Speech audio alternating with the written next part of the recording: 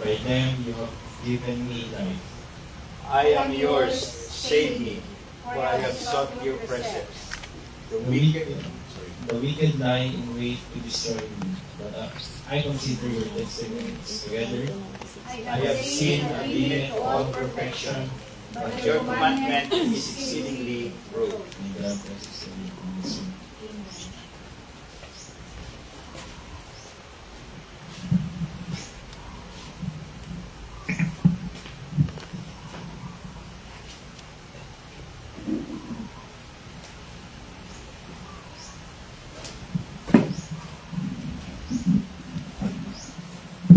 The Word of God speaks. In Exodus 15 verse 11 it says, "Who is like you among the gods, O Yahweh? Who is like you, majestic in holiness, fearsome in praises, working wonders?" And in Isaiah 6 chapter 6 verse 3, the words of the prophet Isaiah says, "And one called out to another and said, Holy, holy, holy is Yahweh of hosts. The whole earth is full of His glory." As we sing today, church, may we truly see the majesty of His holiness. At kagaya ng sinabi ni Prophet Isaiah, "Kawawa ako sapagkat ako ay isang makasalanan, mapapahamak ako sapagkat nakita ko ang hari, si Yahweh, ang makapangyarihan sa lahat." So as we sing this song, Holy, Holy, Holy, let us be also reminded that we come to Him as sinners and therefore, kagaya ng sinabi ni Thomas Watson, the infinite distance between God and man should humble us. He is holy and we are dust. So let's sing Holy, Holy, Holy.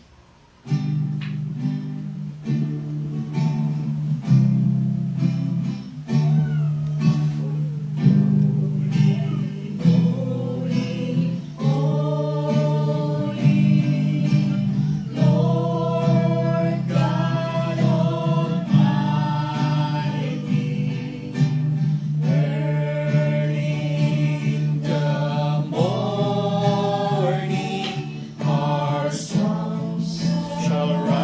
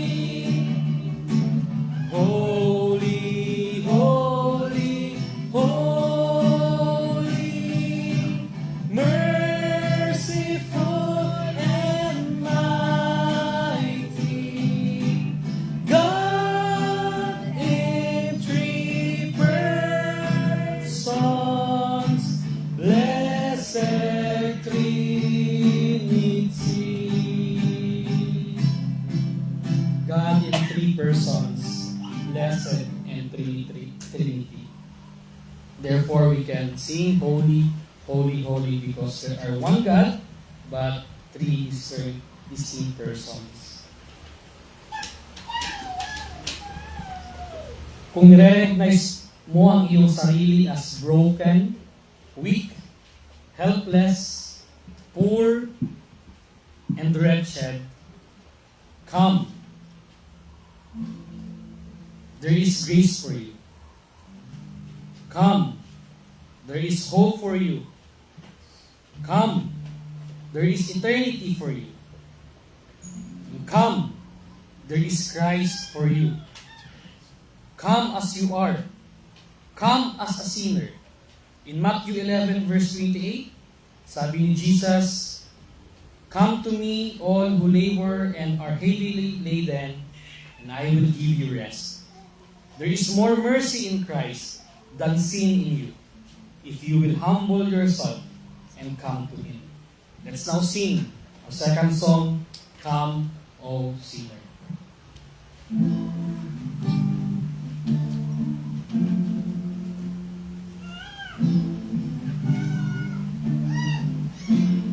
Come, O sinner.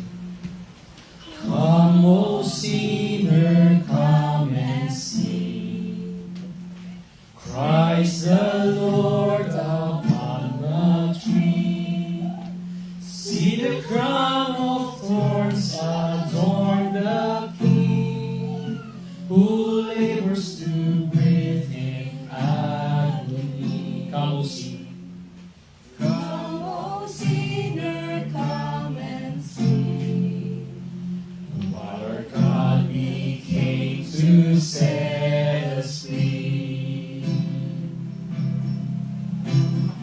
Come, O sinner, come and mourn, for He calls your sin His own.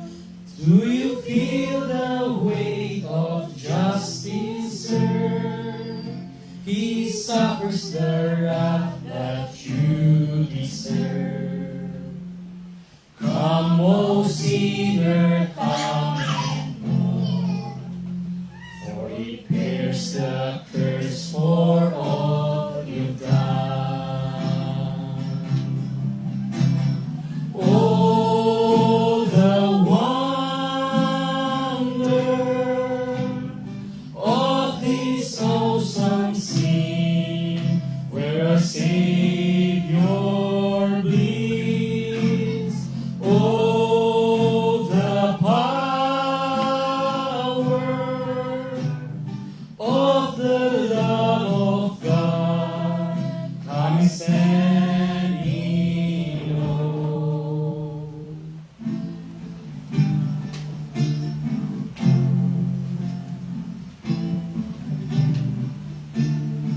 Come, O sinner. Come, O sinner, come rejoice. Mercy fills this place of scorn, for He died to save His enemies, that all who draw near may know His peace. Come, O sinner, come rejoice. Through the death of Christ that is destroyed.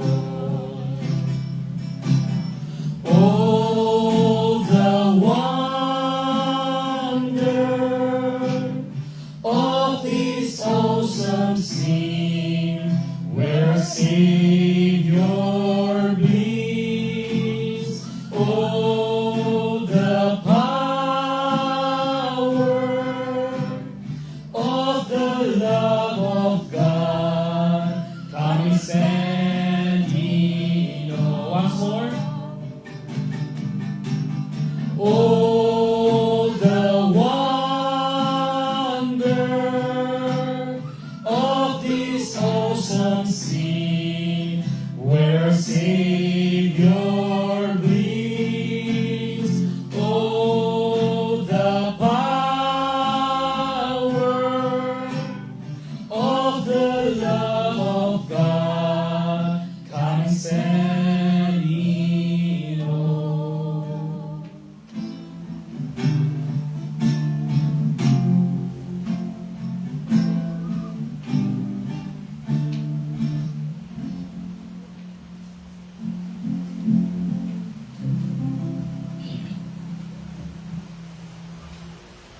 Sabi ni Apostle Paul sa 2 Corinthians chapter 5 verse 7, we walk by faith and not by sight. As we continue to worship our Lord Jesus Christ today, may we truly give our all. May we truly put our all trust in Him bilang ating tagapagligtas. May we see Him as our perfect Savior. And again, kagaya ng sinabi ng isang Puritan na si Thomas Brooks, Christ is never more present than when He seems most absent. Trust Him still. May we sing our last song, I Will Trust My Savior, Jesus.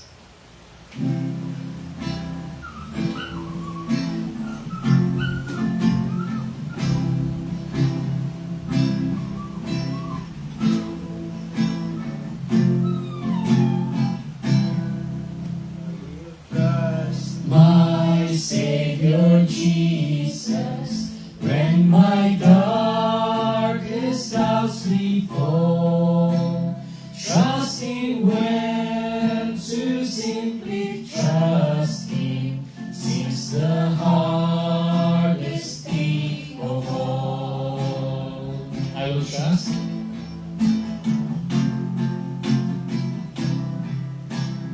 I will trust my Savior Jesus, trusting when my strength is low. Yes, Lord. For I know the shield of Jesus is the safest place of all. Amen. Jesus, only Jesus, help me trust You more and more. Jesus, only Jesus, may my heart be ever Yours. I will trust my Savior Jesus. He has said His way is best, and I know the path He's chosen leads to everlasting rest. Jesus, only Jesus, help me trust You more and more. Jesus, only Jesus, may my heart be ever Yours. Jesus, only Jesus, help me trust You more and more. Yes, oh God. Jesus, only Jesus, may my heart be ever Yours.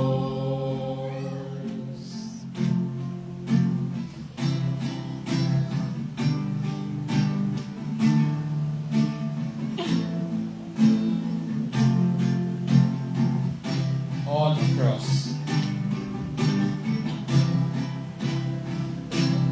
Oh, on that cross, how it was seen. I can go now ever trusting in the One who died for me. What could I bring? For Your gift is complete. So I trust You, simply trust You, Lord, with every part of me. All on the cross. Oh, on that cross, how it was seen. I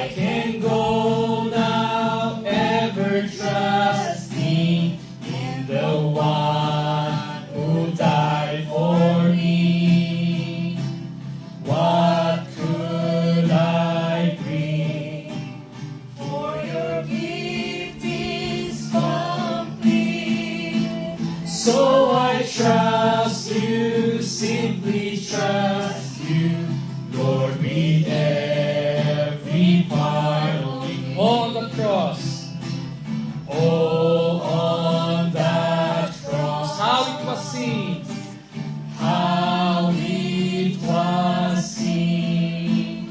I can go now ever trusting in the one who died for me. What could I bring? For your gift is complete. So I trust you, simply trust you, Lord, with every part of me. Jesus, only Jesus, help me trust you more and more. Jesus, only Jesus, may my heart be ever yours. Jesus, Jesus, only Jesus, help me trust you more and more. Jesus, only Jesus, may my heart be ever yours. Amen. Let's now all be seated.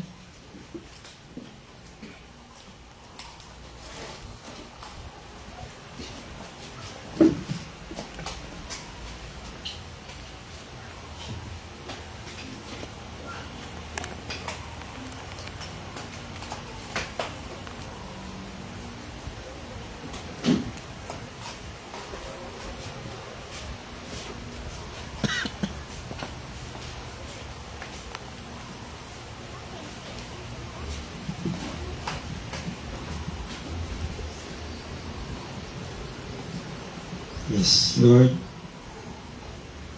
Indeed, your gift is complete, O God. Amen. Wala po kami madadala at naibibigay sa inyo, Panginoon, kundi ang aming mga puso, ang aming isipan, ang aming kalakasan, ang aming mga kaluluwa. Panginoon, nawa ay tagapin po ninyo ang aming mga handog, ang aming paghahandog ng aming mga buhay. Dahil nakita po namin ang liwanag, nakita po namin ang katotohanan, nakita po namin ang Ebanghelyo, at nagkaroon kami ng pagkakataon na ikaw ay makapiling. Liligtas niyo po kami sa tiyak na kamatayan, sa tiyak na kaparusahan na naghihintay sa naglalawang apoy ng impyerno. Kaya Panginoon, kami po ay nagpapasalamat at amin pong hinihiling na inyo pong bendisyonan at inyo pong pagpalain ang aming mga buhay kahit na po ang aming mga dadaling offering ngayon. So, salamat po. Let us pray. Father, again, we praise you for you are the author of everything, author of our salvation, and the fountain of everything that we need, O God. And we praise you that you have counted us righteous through the righteousness of the one who bleeds on the cross. We thank you, Lord, for the salvation. May you accept our lives. May you find us worthy to be called Christians, to be called the believers and the followers for Lord Jesus Christ. And as we bring our gift of offering, we also accept this, O God. Nawa, Panginoon, gamitin niyo po. Hindi lamang ang mga offering na ito, kundi kami mismo, ang aming mga buhay, gamitin niyo po para po sa inyong kaharian at para sa inyong kaluwalhatian. May be glorified. And this is our prayer in Jesus' name. Amen. Let us now give and bring our offering.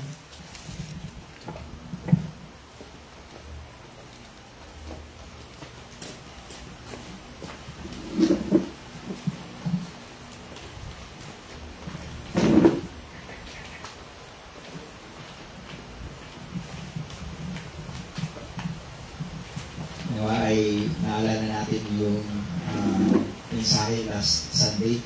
We have the Word of God. So, nangyayakap ang lahat na tumayo, hawakan ang kanilang mga Biblia, ipataas ito at sabay-sabay nating bigkasin ang ating Bible verse. Ito, ang aking Biblia. Naniniwala ako na ito ay salita ng Diyos, walang labis, walang kulang. Mamahalin ko at susundin ko ang mga ipinag-uutos dito. Sisikapin ko mamuhay sa katotohanan ito at hindi gagawin ang mga ipinagbabawal dito. Para sa aking tunay na kagalakan, sa tulong ng banal na Espiritu, tungo sa paglalahad ng Ebanghelyo ni Kristo Jesus upang maluwalhati ang aking Diyos. Amen. Let's remain standing.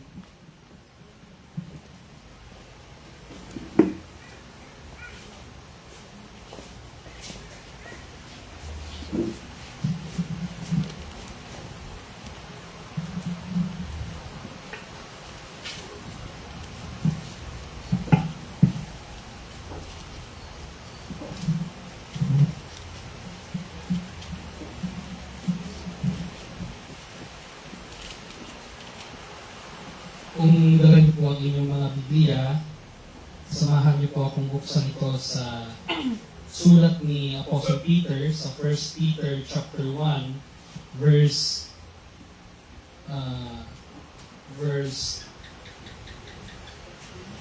13 to 25. 1 Peter chapter 1 verse 13 to 25.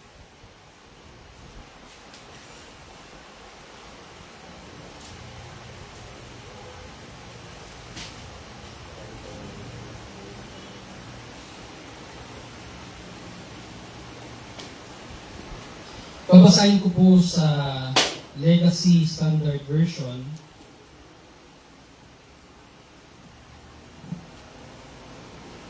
First Peter chapter 1 verse 13 to 25, the Apostle Peter said, "Therefore, having girded your minds for action, being sober in spirit, fix your hope completely on the grace to be brought to you at the revelation of Jesus Christ.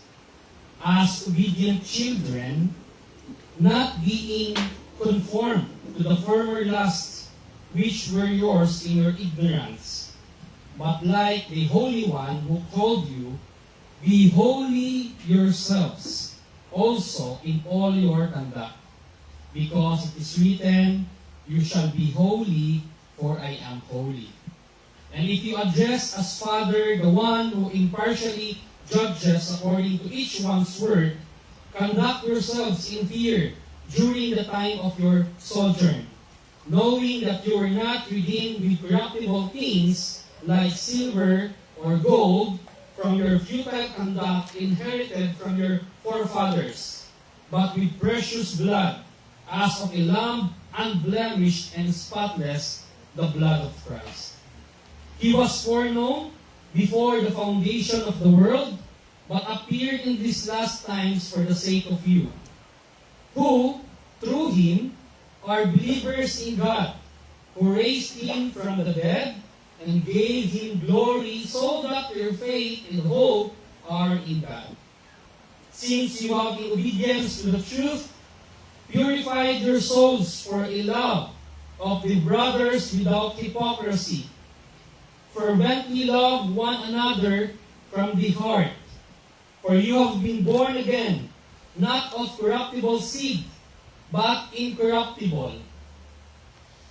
For you have been born again, not incorruptible seed, but incorruptible. That is through the living and enduring Word of God. For all flesh is like grass, and all its glory like the flower of grass. The grass withers, and the flower falls off. But the word of the Lord endures forever. And this is the word which was proclaimed to you as good news. Let's pray.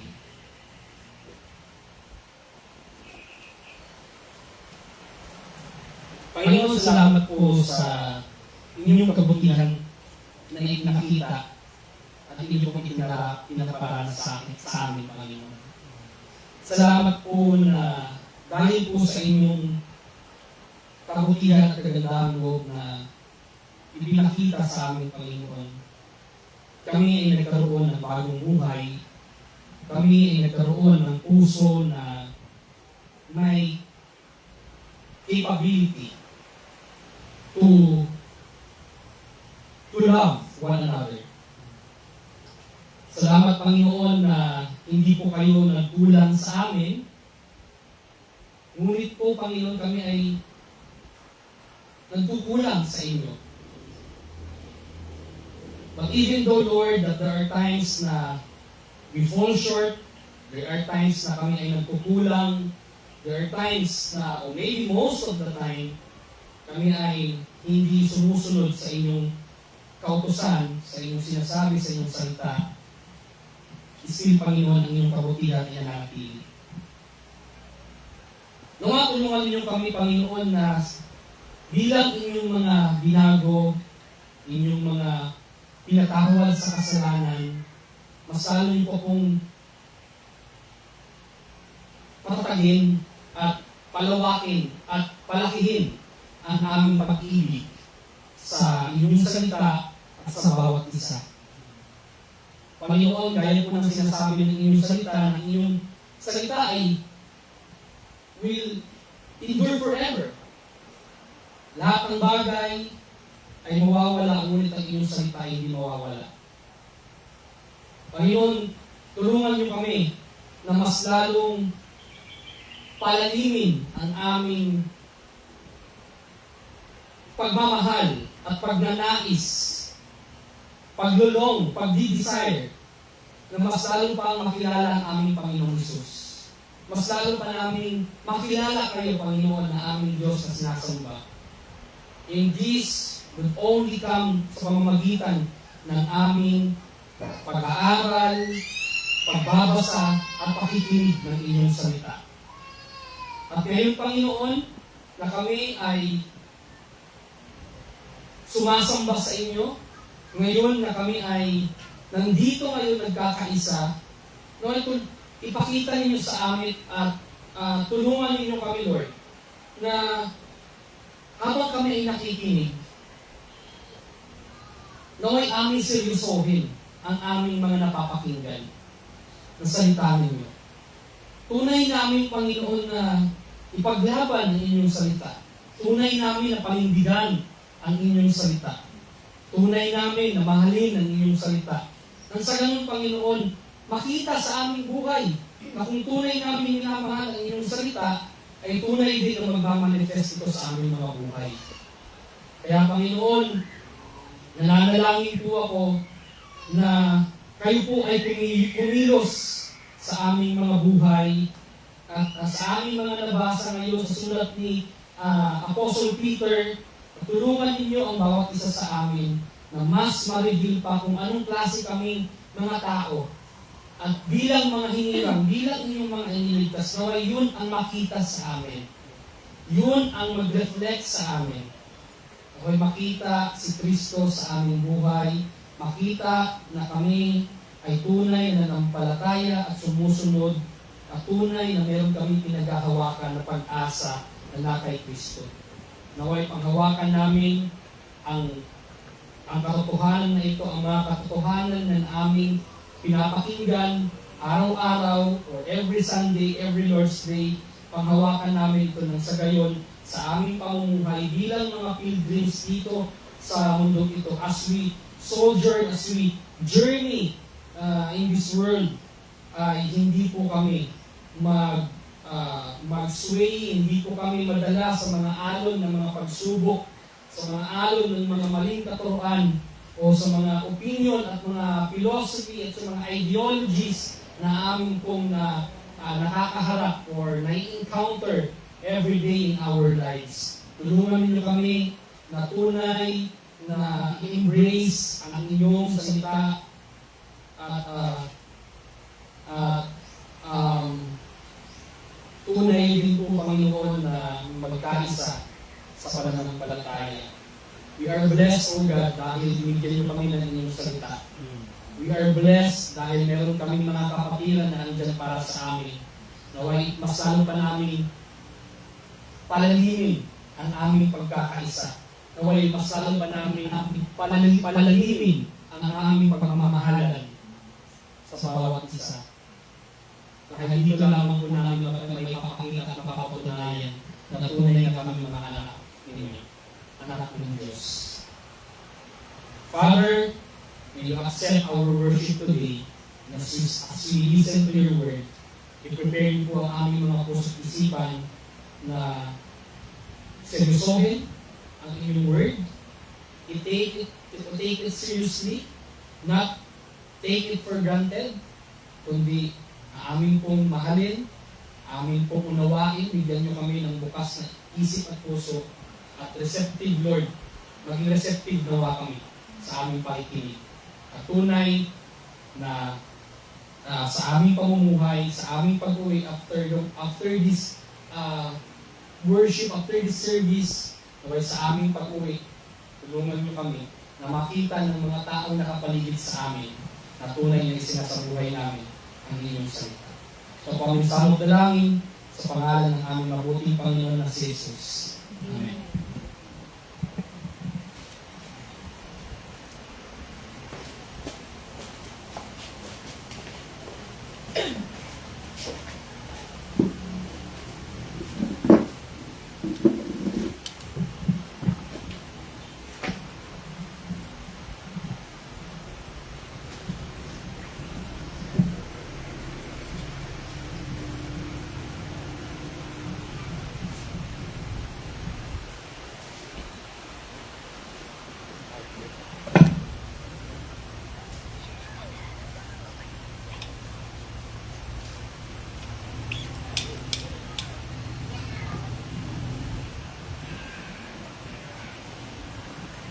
Good morning po once again sa ating lahat, mga kapatid. Tayo po patuloy sa ating mensahe sa Romans chapter 3. Pagpapatuloy po ito ng ating second part sa chapter 3 verses 1 to 8. But of course, ang ating pagtutuunan ng pansin ngayon ay ang verses 5 hanggang 8. So, babasahin ko ang verses 5 to 8 ng Romans chapter 3. And may the Lord add blessing to His word. Romans 3 verse 5 to 8. But if our unrighteousness serves to show the righteousness of God. Ulitin ko po. I'm sorry. But if our unrighteousness serves to show the righteousness of God, what shall we say? That God is unrighteous to inflict wrath on us? I speak in a human way. By no means. For then, how could God judge the world? But if through my lie, God's truth abounds to His glory, why am I still being condemned as a sinner? And why not do evil that good may come? As some people slanderously charge us with saying, their condemnation is just. God bless the reading of His Word. And again, ito po ay pagpapatuloy ng ating second part ng Romans 3. Title ay, of course, Objection Overruled, Part 2. So last Sunday, inumpisahan na natin ang chapter 3 ng Romans at gaya na nasabi ko, although ito ay panibagong kabanata, ito rin ay pagpapatuloy na salaysay ng mga nauna pang kabanata ng chapter 1 and chapter 2. So this is a continuation. Ipinapahayag pa rin ni Pablo dito na ang tao ay makasalanan kahit na meron siyang mga pinangangawakang relihiyon, kabaitan, seremonyas, kautusan, and marami pang iba. Very clear from the very start ng Romans na dinil ni Paul ang mga ito mula sa napakahabang paglalahad ng kasalanan ng tao na umabot sa sukdulan. Ano yung sukdulan na yun? Ayaw na nilang kilalanin ng Diyos. They suppressed the truth about God. Kaya, ano sabi ng chapter 1 verses 24, 26, and 28? Hinayaan na sila ng Diyos sa kanilang kahibangan at nakaririmarim at kasumpa-sumpang kalagayan. At sa chapter 2, ipinaliwanag naman ng mabuti ni Pablo sa tao na ang kahatulan lamang ng Diyos ang matuwid. Kahatulan ng Diyos ang tao ayon sa kanilang mga ginawa. At ito ang kanyang hatol, buhay na walang hanggan para sa nagpapatuloy sa paggawa ng mabuti, para sa naghahangad ng karangalan at kadakilaan at buhay na walang hanggan. Ngunit matinding galit at puot ang sasakitin ng mga taong makasarili at ayaw sumunod sa katotohanan. Ang mga hintil ay walang kautusan ni Moises. Sila'y nagkakasala at parurusahan ng hindi batay sa kautusan. Samantalang ang mga Hudyo na mayroong kautusan ay nagkakasala rin at sila'y parurusahan batay sa kautusan. Kaya pumalag ng mga Hudyo, sabi nila, hindi kami hahatulan ng Diyos dahil mga special kami ng mga tao. We are elite people of God, chosen people of God, piniling bayan, tagapag-ingat ng kautusan, at nasa amin ang covenant of circumcision. So sabi nila, we are secured, sabi ng mga Jews. Kaso sabi ni Paul, your security is fake. Your assurance is not truth. Fake ang seguridad ninyo. Piniling bayan ka nga, nasa iyo nga ang kautusan, circumcised ka rin, tanda ng pangako ng Diyos sa iyo, pero anong ginagawa mo? Tumutupad ka ba sa kautusan? Obedient ka ba sa scripture? At nagpatuloy si Pablo, sabi niya sa verse 29 ng chapter 2, ang tunay na Hudyo ay ang taong nabago sa puso't kalooban ayon sa Espiritu at hindi ayon sa kautusang nasusulat. So a true Jew, a true chosen people of God, ay yung binago sa puso ng Espiritu. Kaya nga kanina sa scripture reading, we are born again. Nabanggit doon.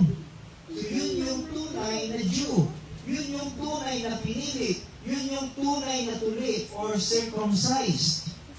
And last Sunday nga, nagkaroon ng parang hearing. No? So parang nasa loob tayo ng korte. May nagparatang, may nagpaparatang, at meron din dumidepensa. Yun kasi yung senaryo sa korte. No? Merong nagpaparatang or accuser or yung tinatawag na nagpo-prosecute, tama ba yun? At meron dumidepensa, yung plaintiff and the defendant. si Pablo ay inaakusahan ng mga Hudyo na tinitwist niya daw ang Scripture, ang Old Testament. Ngunit, si Pablo ay nasa ganitong mga accusations, sa ganitong pagpaparatang sa kanya ng mga Hudyo. Hindi na ito bago sa kanya, kaya expected niya na ito. Alam niya na. May mga objections itong mga taong ito. Alam ko na to. Tawag nito. Sanay na ako nito. Dahil sa Acts pa lang, kung babasahin natin ang buong aklat ng mga gawa ng apostoles, makikita natin doon kung paano pinag-execute at paano inakusahan si Pablo sa kanyang paggawa ng kalooban ng Diyos. At hindi lamang si Pablo ang pinaratangan at inaakusahan ng mga Hudyo ito. Pinaratangan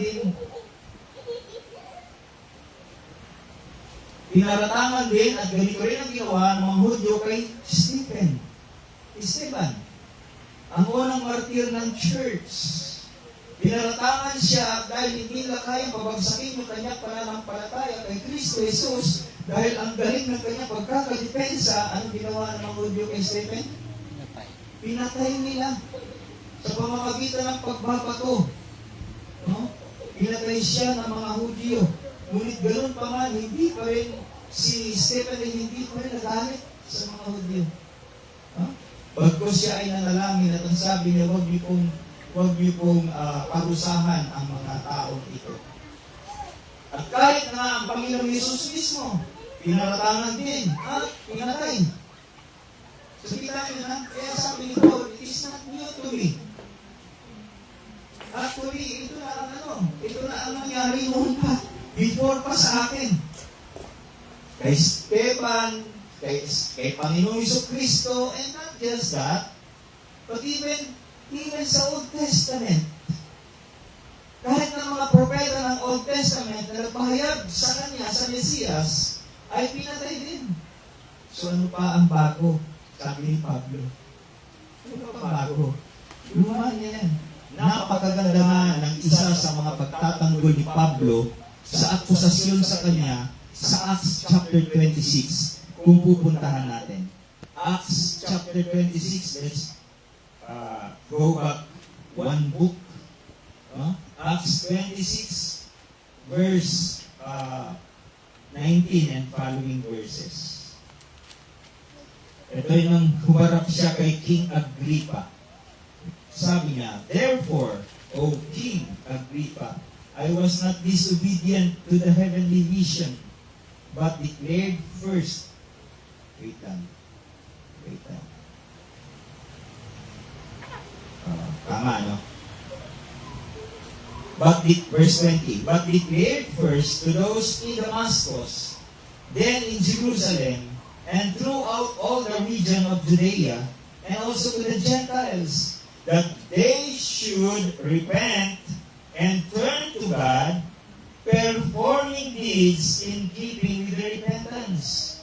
For this reason, the Jews seized me in the temple and tried to kill me. To this day, I have had the help that comes from God, and so I stand here testifying both to small and great, saying nothing but what the prophets and Moses said would come to pass. Verse 23, that the Christ must suffer, and that by being the first to rise from the dead, He would proclaim light both to our people and to the Gentiles. Now look at this. Napakaganda po nito. Paano nasabi napakaganda? Ito ay isang pagpapatunay na ang tao ay kailangan mag-repent, magsisi sa kanyang kasalanan, at i-entrust ang kanyang buhay sa ating Panginoong Jesucristo. Kaya kung titignan ninyo yung verse,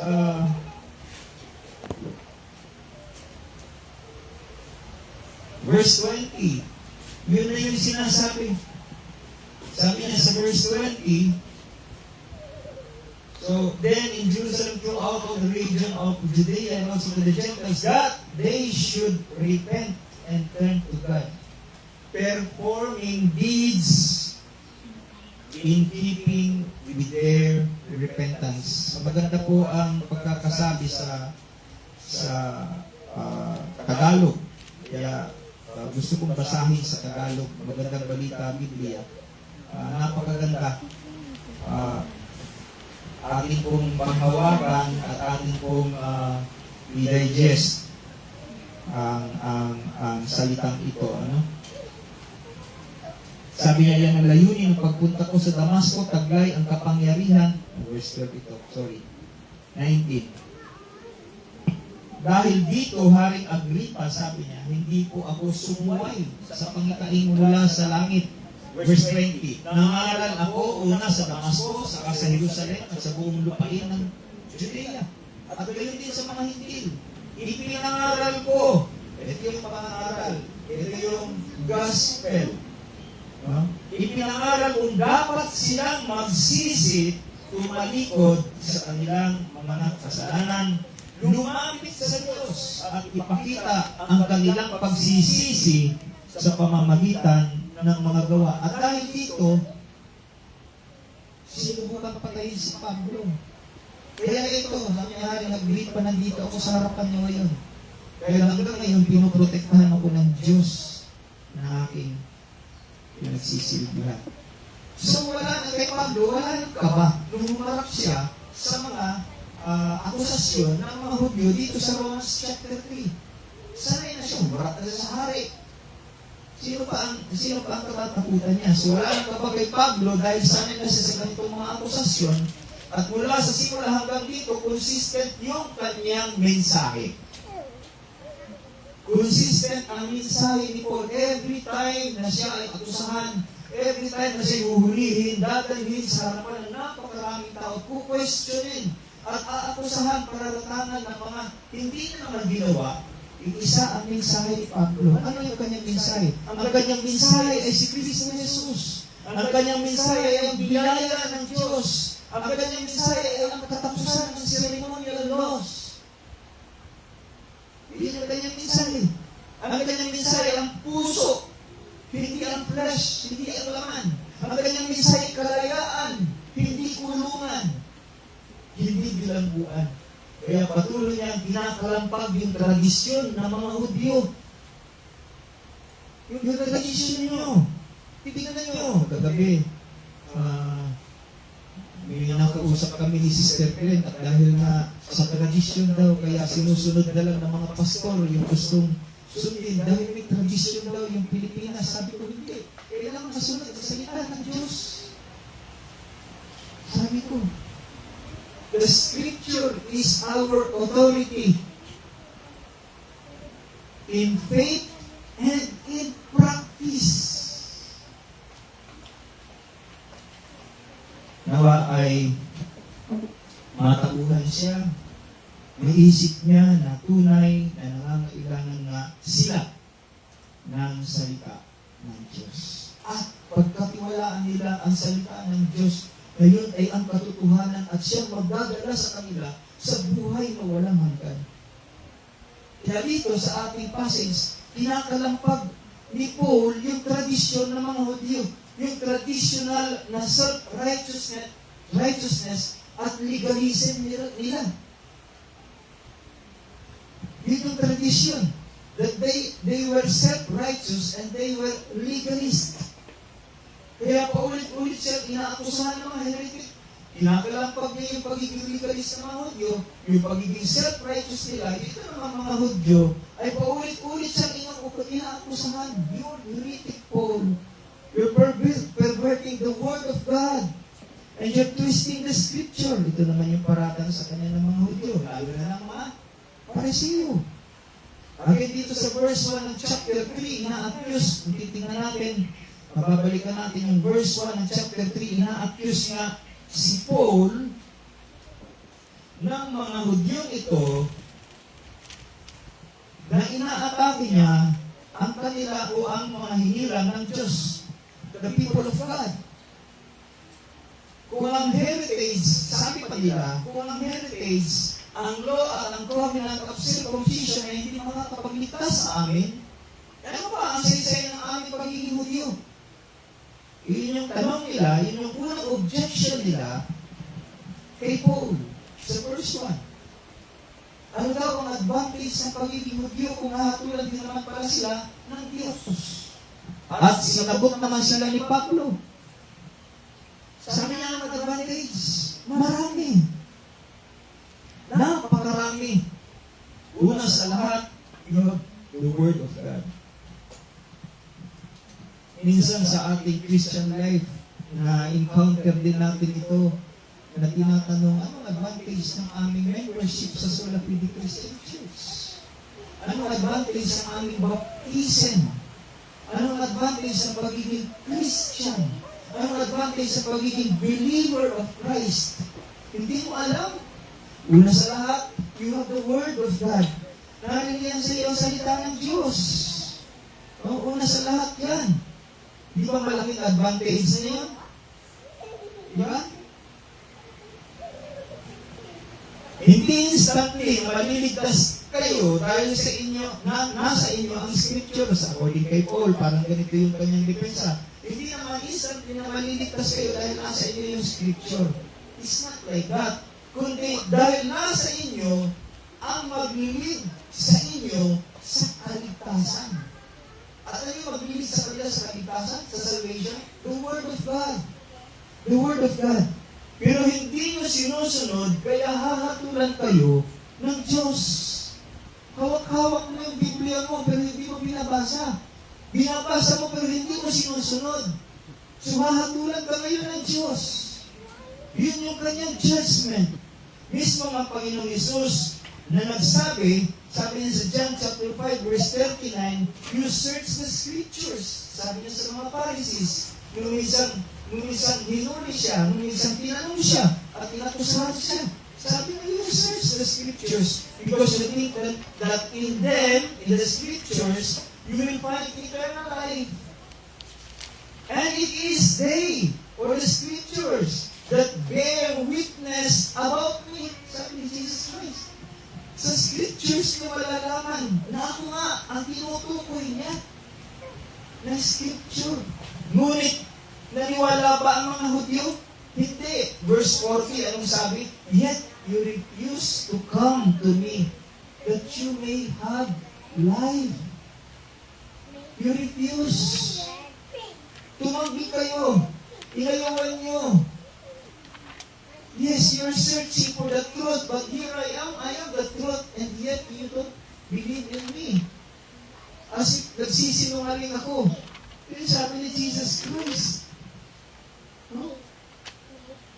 In Mark chapter 12, verse 24, ano sinabi ng Panginoong Jesus sa kanila? Again, to the Pharisees, to the Jews. Is this not the reason you are wrong? In other translation, in King James Version, this is the reason you err, sabi niya, you're wrong, because you know neither the scripture. Kaya kayo nagkakamali. Di ba applicable din sa atin? Kaya nagkakamali ang napakaraming grupo, napakaraming nagsasabing Christian sila ngayon because they never search actually, although they're searching for the truth in the scripture, but they don't understand the scripture. Because you know neither the scriptures. Excuse me. Hindi nyo alam ang salita ng Diyos. At kahit na ang Pentateuch, hindi niya binabasa. Wow! Pharisee? Jew? Hindi binabasa yung Pentateuch? Would you believe? Yes! Kasi tugtong ni, kung titignan natin, are you there in Mark chapter 12 verse 24?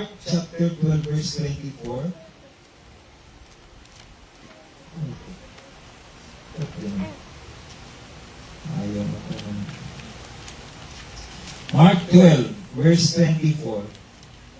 Basahin ko sa English Standard Version. Sabi niya dito. Sabi niya, Jesus said to them, is this not the reason you are wrong because you know neither the scriptures nor the power of God? Verse 25. No, jump tayo sa verse 26. And as for the dead being raised, have you not read in the passage, have you not read in the book of Moses, in the passage about the bush, how God spoke to him, saying, I am the God of Abraham, the God of Isaac, and the God of Jacob. Hindi mo ba alam? So aside doon sa verse 24 na hindi niya binabasa yung salita ng Diyos, sabi niya kahit ng Pentateuch, kahit na yung Book of Moses, the Pentateuch, hindi niyo pa nabasa sa Book of Moses?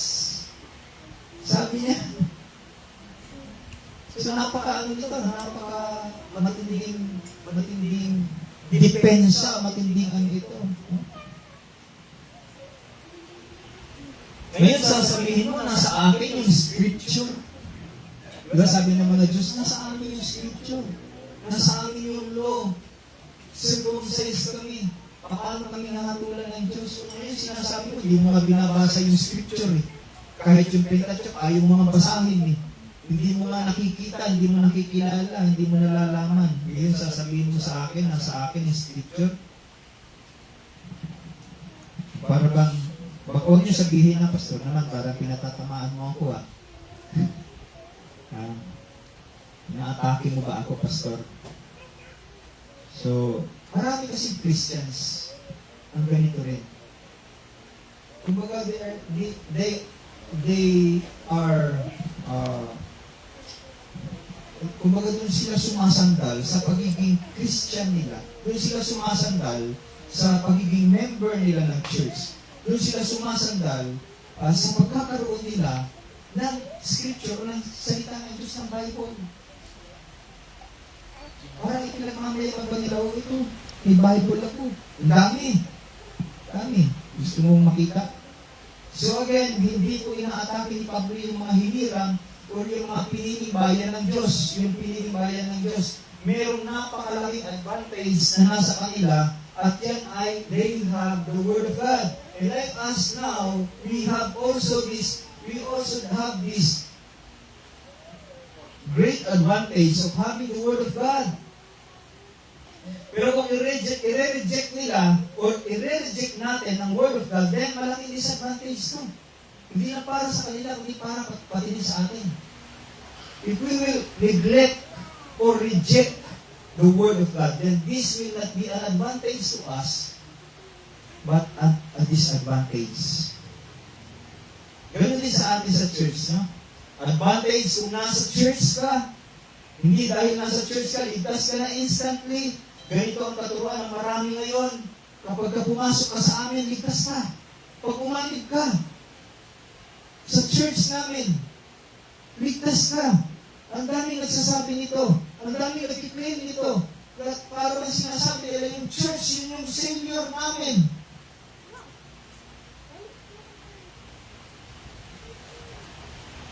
No, brothers and sisters in Christ, hindi po ang church ang nagbibigay ng faith sa atin.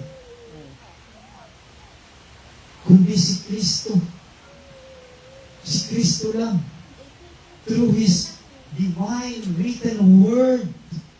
Kaya advantage kung narinig natin yung salita ng Diyos na itinuturo sa church.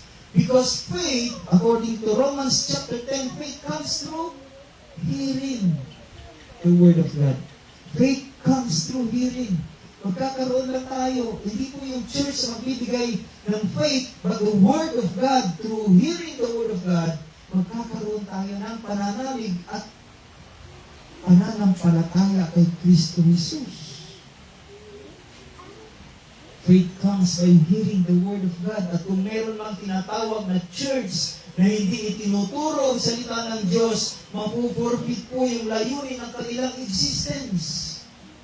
Bali wala, although they exist, but parang wala. Ang totoo wala, because they're not teaching the Word of God. At ang dami po dito ngayon. Like in the times of Paul, kagaya ng panahon ni Pablo, ang dami rin. At dito ngayon sa atin, kahit na dito sa Ginsag lang, marami kang makikita. Although they call themselves church, Christians, Ngunit hindi mo makikita sa kanilang buhay. Kaya nga napakaganda ng prayer kanina na dapat makita sa buhay namin, Panginoon, na totoo nga kaming sumusunod sa iyong kalooban. Na may makita sa aming mga personal na mga buhay na ikaw nga ang aming sinusundan. Pero ang daming church ngayon, ang daming mga believers daw ngayon na forfeited yung layunin ng kanilang existence. Second objection nila, sabi nila, Paul, inaatake mo ang pangako ng Diyos. Kanina, inaatake mo yung people of God. Ngayon, inaatake mo na naman, Paul, yung pangako, the promises of God. You are attacking the promises of God, Paul. Dahil nangako ang Diyos na ililigtas niya ang kanyang mga hiniran. Tingnan niyo na. Ganda nilang maghanap ng accusation. Sabi mo, inaatake, sabi nila, inaatake mo ang mga hiniran ng Diyos kami, ng mga Hudyo. Hindi ngayon, inaatake mo na naman yung kanyang promises sa amin. Basahin po natin yung verse 3 ng chapter 3.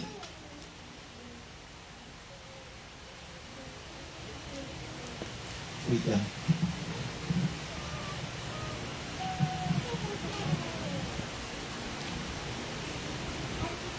Yes, verse 3. Sabi nga, ano nga kung hindi naging tapat ang ilan sa kanila? Ang ibig kayang sabihin niyo, hindi na rin tapat ang Diyos. Kung hindi ba unfaithful ang marami sa amin, sabi ng mga Hudyo ito, hindi na rin ba faithful ang Diyos? So kung sinasabing mo yan, Paul, then you are attacking the faithfulness of God. At kapag ka sinabing faithfulness of God, umapasok yung promises of God. He is faithful sa kanyang mga promises. So ito yung second objection nila. Nasabi nila, inaatake lang ni Pablo yung pangako ng Diyos. At dahil sinasabi ko na hindi ililigtas ng Diyos ang kanyang mga hinirang base sa kanilang heritage, sa law at sa circumcision, so pinalalabas mo na hindi siya tapat o hindi siya faithful sa kanyang mga promises. Paul, hindi mo lang inaatake mga hinirang ng Diyos, pati ang kanyang mga pangako, inaatake mo rin. Again, sinagot sila ni Pablo, hindi ko kailan maatikihin ang katapatan ng Diyos. And God forbid, sabi niya, mi ginuito. Sabi niya sa Greek, God forbid. Ang Diyos ay tapat kahit na lahat ng tao ay sinungaling. This is true. Lahat ng tao ay sinungaling. Ang Diyos lang ang tapat. Ang Diyos lang ang tapat. And he quoted Psalm 51, sabi niya, that you may be justified in your words and blameless in your judgment.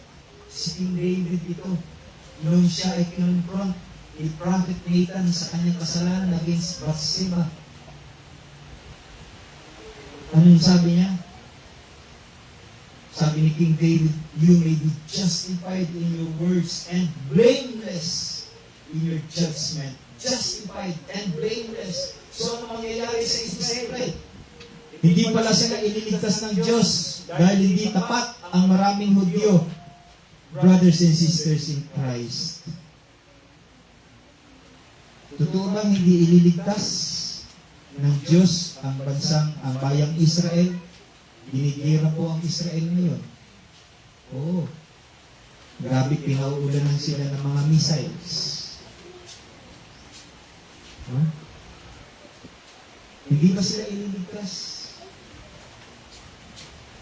Ang kanilang kaligtasan ay postponed for a moment. Ngunit merong araw ng kagalakan, merong araw ng magandang balita para sa kanila in the future. And that's for sure. Kung titignan natin, sabi ko nga last Sunday, kung titignan natin yung chapters 9, 10, and 11, makikita natin doon kung paano ililigtas ni Yahweh ang kanyang hinirang na bayan.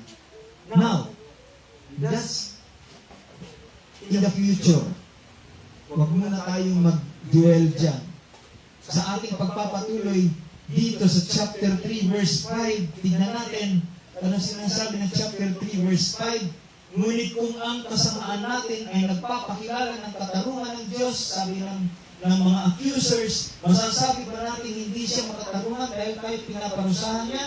Ganyan pa natuwiran ng tao. Sabi dito. So hindi pa rin natatapos yung kaso. Meron pa rin silang accusations. Huh? Sa verse 5, makikita natin. Again, para maintindihan natin yung argument, kailangan natin balikan ano yung sinasabi ng verse 4. Para maintindihan natin ang takbo ng argumento. Verse 4 says, yung last part, sabi niya, ikaw ay matuwid, sa Magandang Balita Biblia, ikaw ay matuwid, at kung ikaw ay hatulan, ikaw ay mananaig. Sabi niya, di ba? Kinote ni Paul yung Psalm 51, verse 4. Sabi niya, ikaw ay matuwid, ang Diyos ay matuwid, at kung ikaw ay hatulan, kung hatulan ng Diyos, ang Diyos ay mananaig. God will be justified even if He is attacked. God is faithful, and men are not. Ito ang batayan ni Pablo sa kanyang depensa against his accusers. So, nung sinabi ng kanyang katunggali, ng mga Hudyo, okay, kung ang kasamaan o unfaithfulness natin ay nagbibigay naman ng greater glory sa faithfulness ng Diyos, so it follows na ang kasalanan natin ay nagbibigay ng glory sa Diyos.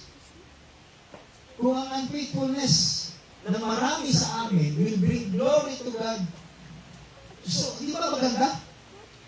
Yun yung kanilang accusation ngayon. At yan yung sinasabi mo, Paul. Kung yan ay totoo, Paul, na-atake mo yung purity ng Diyos. His pure nature. You're attacking His pure nature. Sinasabi mo ngayon na ang kasalanan ay nagbibigay ng kaluwalhatian sa Diyos. Alam niyo sa debate, may debater tayo dito. Di ba pagka, totoo ba ito, pagka natatalo daw yung kalaban, medyo nag-change siya ng medyo pupunta siya sa, nagtatago siya sa may hinang mga arguments, just to prove, or just to prove na hindi pa sa talo. Kumbaga nag-aano siya. May nabasa ako sa Voice of the Martyrs, na inano siya, tinay siya, dinala sa korte babae. Kasi ang case niya is, nag-i-espiya daw siya doon sa isang bansa na bawal ang mga Christians. So, she was accused of being a spy. At nagpapalaganap siya ng salita ng Diyos. So, yun yung accusation. Pinayagan naman siya na idepensa yung kanyang sarili sa korte. So, nung tinatanong na siya nung accuser niya, nasasagot niya. So, meron naman, nandito yung mga papeles ko, okay naman yung passport ko, ito yung mga papers ko, okay naman sa inyo, grinant niyo naman sa akin ito. Sabi gano'n. Alam niyo, nung wala nang maitapon, mai-accuse yung mga accusers, pumunta sila sa isang mahinang argument. Like for example, paano ka namumuhay, ikaw lang mag-isa, asan yung asawa mo. Sabi niya, it is not the argument actually.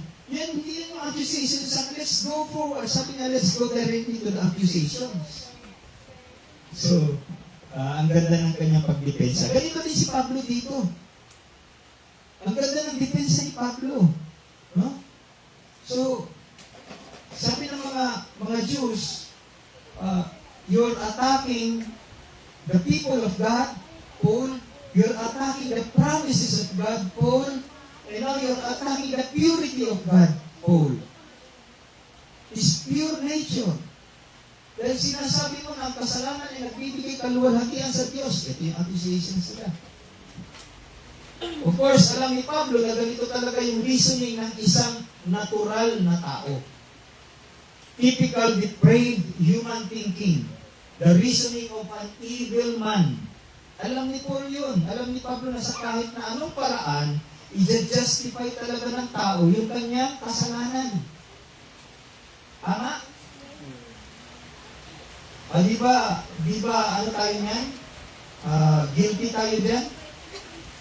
Gina-justify natin yung ating kasalanan. Ayaw natin inaakusan tayo na ginawa mo to, nagkasala ka. Bakit tayo na lang natin aminin? Bakit kailangan pa natin i-justify? Para lumabas na magaling tayo, mabuti tayong tao. Are we a good person? Hindi.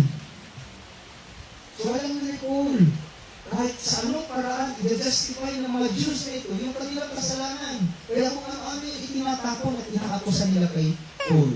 Kaya sabi nila, kung magkasala, parang ganito, kung magkasala ako, opportunity din yung kasalanan upang ipakita ng Diyos yung kanyang grace. No? Yung kanyang love at yung kanyang mercy. If I sin, sabi nila, so parang sinasabi mo ko, kapag nagkasala ako, this is an opportunity for God to show His mercy, to show His forgiveness, to show His love, to show His grace. Therefore, kung ganyan ang sitwasyon, sabi niya, gagawa na lang ako ng kasalanan, gagawa na lang ako ng maraming kasalanan para mas maipakita pa ng Diyos yung kanyang awa, pag-ibig at kabag. At biyaya. Tignan niyo pa paano nag-twist. And then yung accusation nila si Paul ang nag-twist ng word. So saka, ba't na lang ako, magiging ko na lang kulagang sala para mag-restore pa ang more grace sa Diyos, more love sa Diyos, more forgiveness niya. Dahil sigurado hindi niya paparusahan ang nagbibigay sa kanya ng glory. Tama din, ano? Ang galing ng mga ano na to, ang galing ng mga attorney na to. God will not surely punish those people who gave Him glory. Para sa kanila, kung magsasalita ka, para sa mga Jews na ito, pag nagsalita ka about grace, forgiveness, mercy, and freedom, that's lawlessness. That's lawlessness. Alam niyo yung mga Jews, especially the Pharisees, they were all, tawag nito, yung legalists. Mga legalists sila. Sinusunod nila yung law. Pero yung ilan lang, yung magbe-benefit lang sila. At kung hindi nila masunod yung isa sa mga law, does it mean na pure pa rin sila sa harapan ng Diyos? Hindi, di ba? Alam natin yan. At alam ni Paul yun. Pero dito, pinagtatakpan ng mga Pharisees, ng mga Diyos nito, yung kanilang totoong katayuan sa buhay. Para sa kanila, si Paul ay nagsasalita patungkol sa grace ng Diyos. Si Paul ay nagsasalita patungkol sa forgiveness ng Diyos, sa mercy ng Diyos, sa freedom na ibinibigay ng Diyos. And the Pharisees says, it's lawlessness. Kaya inaakusan nila si Pablo na siya ay against the law. You are anti-law, Paul. You are attacking anti-law. You are attacking the holiness of God, Paul. At kahit na sa verse 7, kung titignan natin yung verse 7, jump muna tayo.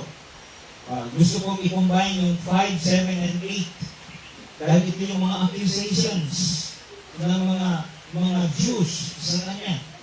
At ang defense ay nasa 6. No? So, kahit nasa, makikita pa rin natin sa verse 7, yung kaparehas na idea ng kanilang accusation kay Paul.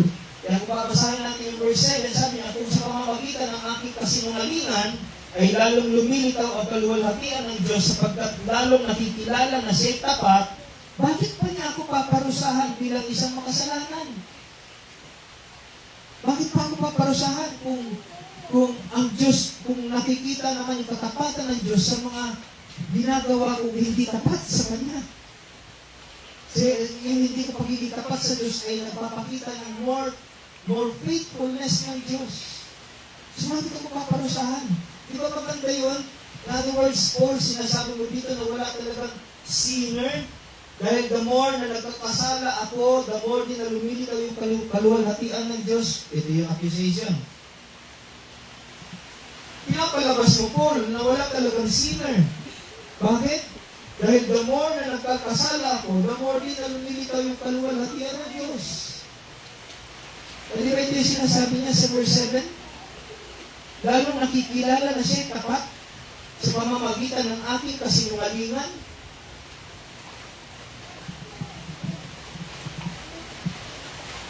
Kung sinagot sila ni Pablo sa verse 6, hindi, imposible yan, no way. Sabi niya gano'n, sabi ng judge, order in the court. Kaway na kasi sila eh. Hearing, di ba? Parang hearing, di ba? So, sa akin na lang to, wala po ito dito sa akin. So, parang gano'n, order in the court kasi si Paul, gusto niyang i-depensa na. Sabi niya, there's no way. Hindi yan totoo. Hindi mangyayari yan. Napaka-imposible yan.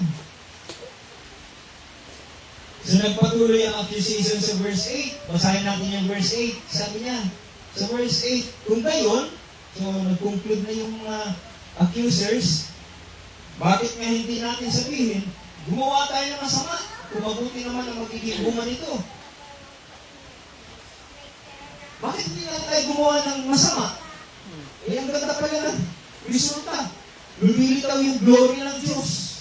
Nagiging faithful, mas faithful siya ngayon. Dahil nagiging merciful siya. So, gumawa na tayo ng kasalanan.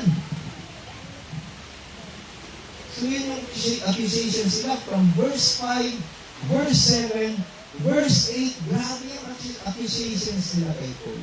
At sabi nila, parang ganito, kung susundin mo yung theology mo, Paul, ibig sabihin yung theology ni Paul na grace, forgiveness, freedom, mercy, sabi niya gano'n. So, ibig sabihin, lahat ng kasalanan ko ay nagbigay ng kaluwalhatian sa Diyos. Kaya gagawa na lang ako ng kasalanan para mas lalong maluwalhati ang Diyos. Tingnan niyo yung kanilang mindset. Maraming kasalanan, maraming biyaya at awa. Mabibili yan sa mga susunod na mga chapters. Pero hindi nga ito bago para kay Paul. Alam niya na ang reasoning ng natural man, ng mga hypocrites, ng mga legalists. Kaya hindi na bago ito sa kanya. Alam niya na kung saan patutungo. Ang iisa lang ang mensahe niya dito. Alam niya na at alam din natin, I hope, alam din natin kung paano alam ni Paul yung reasoning ng mga natural people, yung reasoning ng mga hypocrites and legalists. Nawa, I pray na alam din natin kung paano ito depensahan. Alam ni Paul na atikihin talaga ng mga legalists yung gospel of grace. Alam ba natin na inaatake ang gospel of grace na yun? The gospel mismo? Ang dami yung atake sa grace na yun. Both extreme. Ito yung grace, may umatake dito, may umatake dito. Alam ba natin to? O baka pupunta lang tayo ng Sunday sa church. Dapat alam natin to. Alam natin na atakihin din ng mga legalist yung gospel of grace. Gaya ng pagkakaalam ni Pablo. Dahil ang mga legalists na ito, ayaw nila ng grace. Nakakadena sila sa Mosaic law. Nakakadena sila doon. At yun ang gusto nilang gawin, pero hindi naman nila magampanan ng perfecto. At ang hinihiling ng salita ng Diyos is perfection.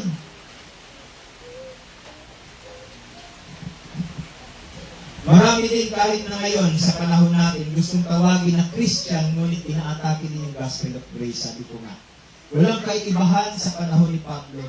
Inaabuso nila yung grace ng Diyos. Ginagawa nila itong license to kill or license to sin. Yung grace of God, ginagawang lisensya para gumawa ng maraming kasalanan. Why? Because God is gracious. He will forgive me. God is love. Diba? So, nakuha niyo na yung punto ko? Nakuha na natin, mga kapatid? Dapat maging aware tayo sa mga taong ganito. Meron nga, nagsasabi pa. Ano yung sinasabi? Meron daw dalawang nature yung tao. Meron na tayong dalawang nature. Old and new. At kung nakakagawa tayo ng kasalanan, wala tayong dapat isipin dahil ang old ang gumagawa nun. Isipin niyo yun? Dualism?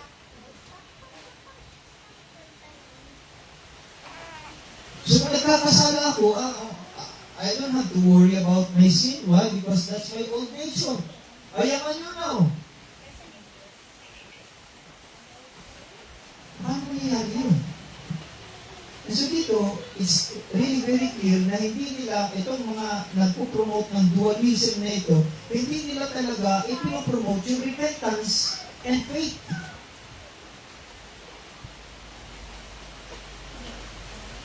Bakit pa ako magre-repent kung hindi naman pala ako Hindi naman pala ako hatulan ng Diyos sa mga kasalanan ko dahil yung old nature ko ang gumagawa nun. Hindi yung nature, new nature ko. So, totoo ba na mayroong dalawang nature ang tao? Ha? Anong sabi ng 2 Corinthians 5:17? It is appointed unto man once to die. Tama ka? 2 Corinthians 5:17. Hello? Ano sabi? Ha? If anyone is in Christ, he is a new creation. The old has passed away. The old has gone. The new has come. Behold, the new has come.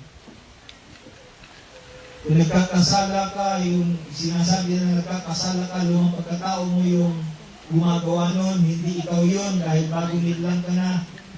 Kung gano'n, it follows bakit pa kailangan ng disiplina. Diba?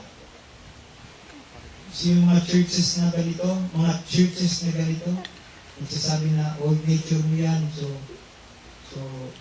gumagawa lang sila na dahilan para hindi madisiplina yung membro o yung pastor. Halimbawa, nakagawa ako ng kasalanan, sasabihin ko, huwag nang isipin yung kasalanan ko. Kasi, alam mo, may dalawa tayong nature eh. Yung old nature ko yung gumagawa nun. Ito yung new nature ko, nagtuturo ako sa inyo. Ngayon, yung kasalanan ko, yung pakikiapid ko, yung pagnanakaw ko, kasalanan yun ng old nature ko. So, huwag nyo i-judge. Diba? So, kung hindi ka i-judge, so it follows, hindi ka mag-disiplina. Hindi ka mag-disiplina. Kaya, ano yung sabi kanina? So, una part ng message na to, kung meron mang church ngayon na hindi nagtuturo ng salita ng Diyos, so ang church discipline ba salita ng Diyos? Yes. It is a command from God. At kung hindi sinusunod yan, then, napuporfit yung kanilang purpose of existence. Walang purpose of existence sa mga churches na mga ganun. Walang church discipline. Kawawa.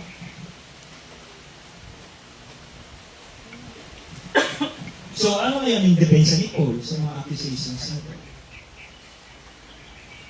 In-accuse siya na he is attacking the people of God. Inakusahan siya na he is attacking the promises of God.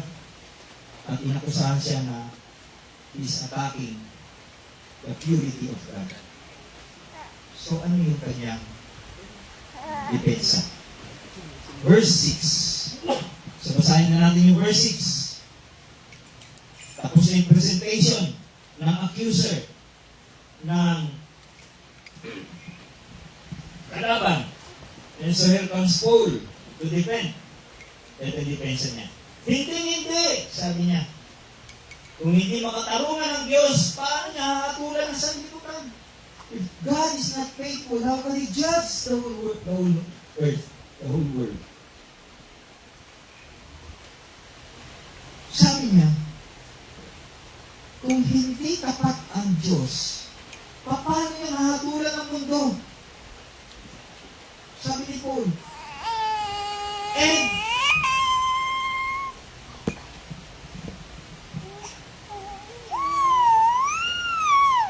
And sabi ni Paul, hindi pwede mangyari yun. Why? O, iba, tingnan natin, Psalm 58 verse 11. Ano sinasabi ng Psalm 58? Genesis.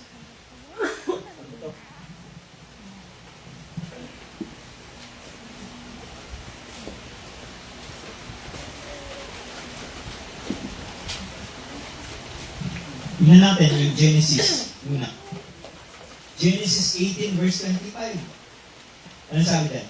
Ang Genesis 18:25, tinawag ang Diyos na judge of all the earth. He's the judge of all the earth. Genesis pa lang yan. Nandito tayo sa New Testament, dinidipinsahan ni Paul yung pagiging judge ng Diyos. Sabi niya, hindi pwedeng mangyayari na hindi i-judge ng Diyos yung kasalanan ng tao because He is a judge. A judge of all the earth. Psalm 58 verse 11.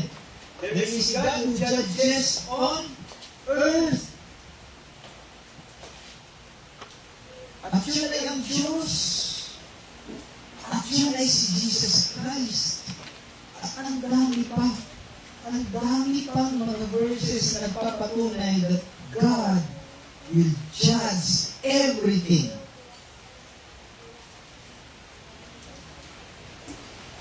At kung ang kasalanan ay magdadala ng kaluwalhatian sa Diyos, ano pa ang i-judge niya? Tama? Kung totoo yung accusation that sin will bring glory to God, how can He judge it? How can He judge the sin and the sinner? E di tama yung sinasabi ng ano, ay, old nature ko yung tama, yung dualism. Pwede siyang tawag nito, ma-acquit. Pwede siyang i-consider. Kung ang kasalanan ay magbibigay ng kaluwalhatian sa Diyos, paano pang hahatulan ng Diyos yung kasalanan?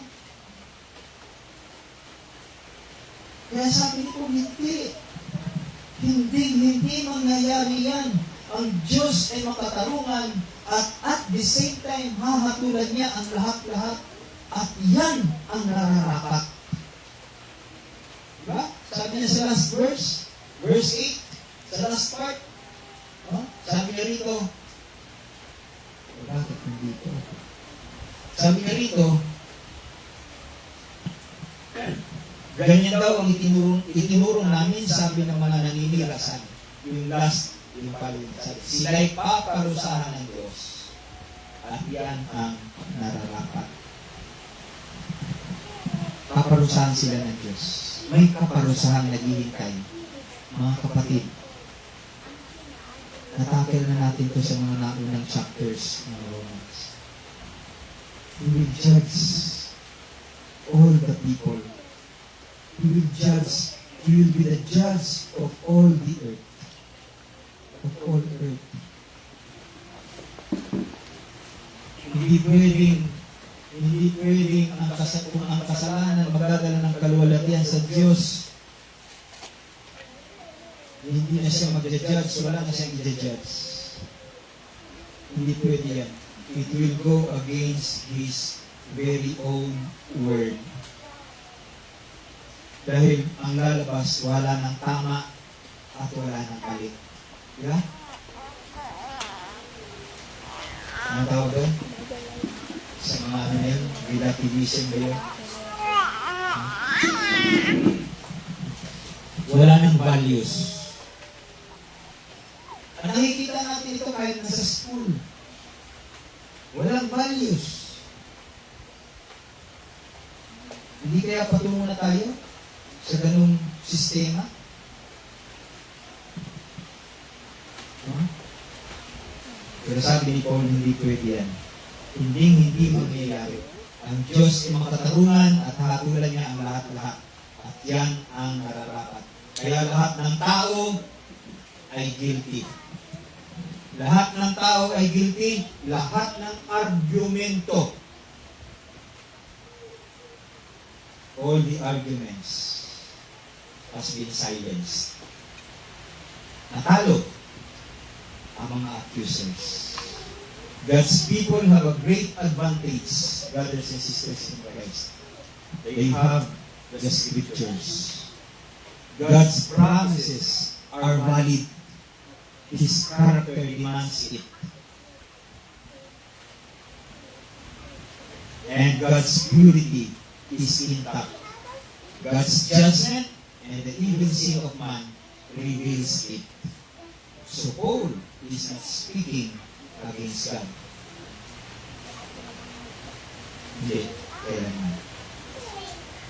So all objections were overruled.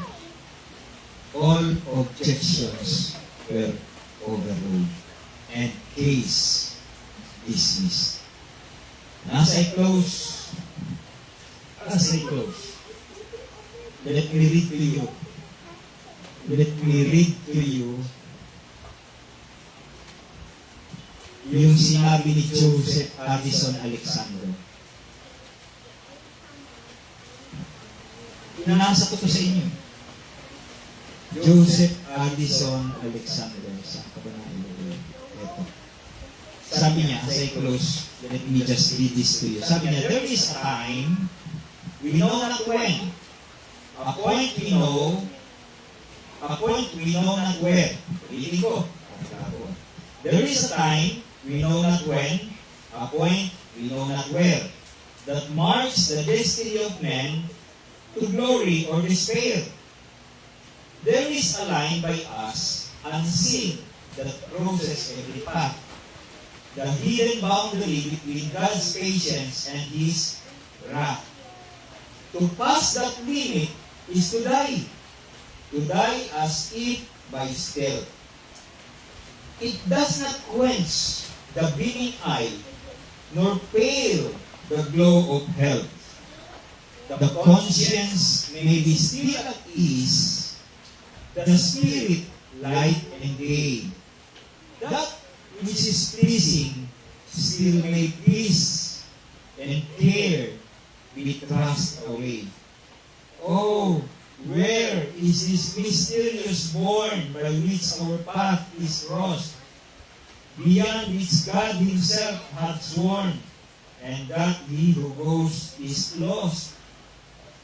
How far may we go on in sin? How long will God forbear? Where does hope end? And where begin the confines of despair? An answer from the skies is sent. Meron daw kasagutan ang langit. Ye that from God depart.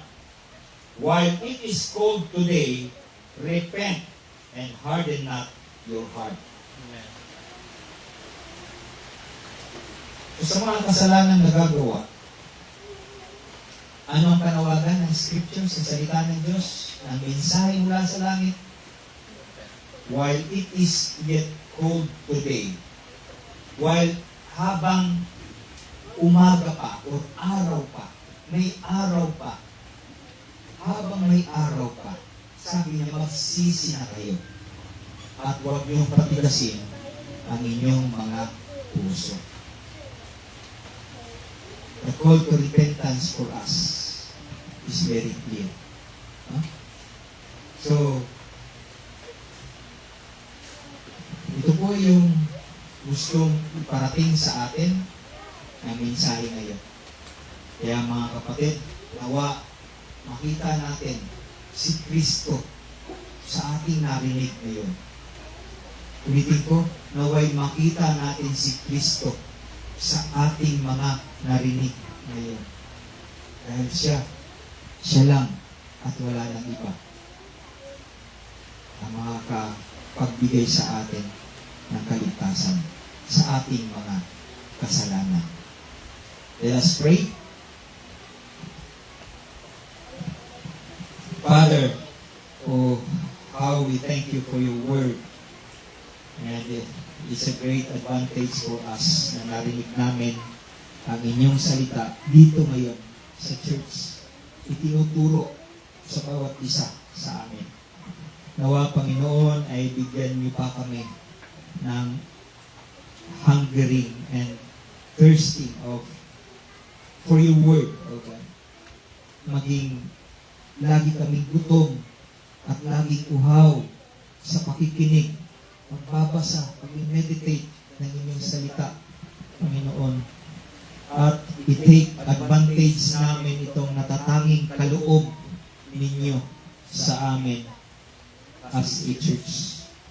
Huwag din naming baliwalain ang iyong salita dahil gaya ng narinig namin sa mensahe, you will judge everything. Walang makakatakas. Lahat kami ay hindi excuse sa inyong judgment, Panginoon. May your word bring great joy, peace, and intimacy with each other. And may we seek the full breadth as Paul's prayer in Ephesians chapter 3. May we also seek the full breadth and length and height and depth of your word. And we ask this in Jesus' name. Amen and amen. Let us all stand.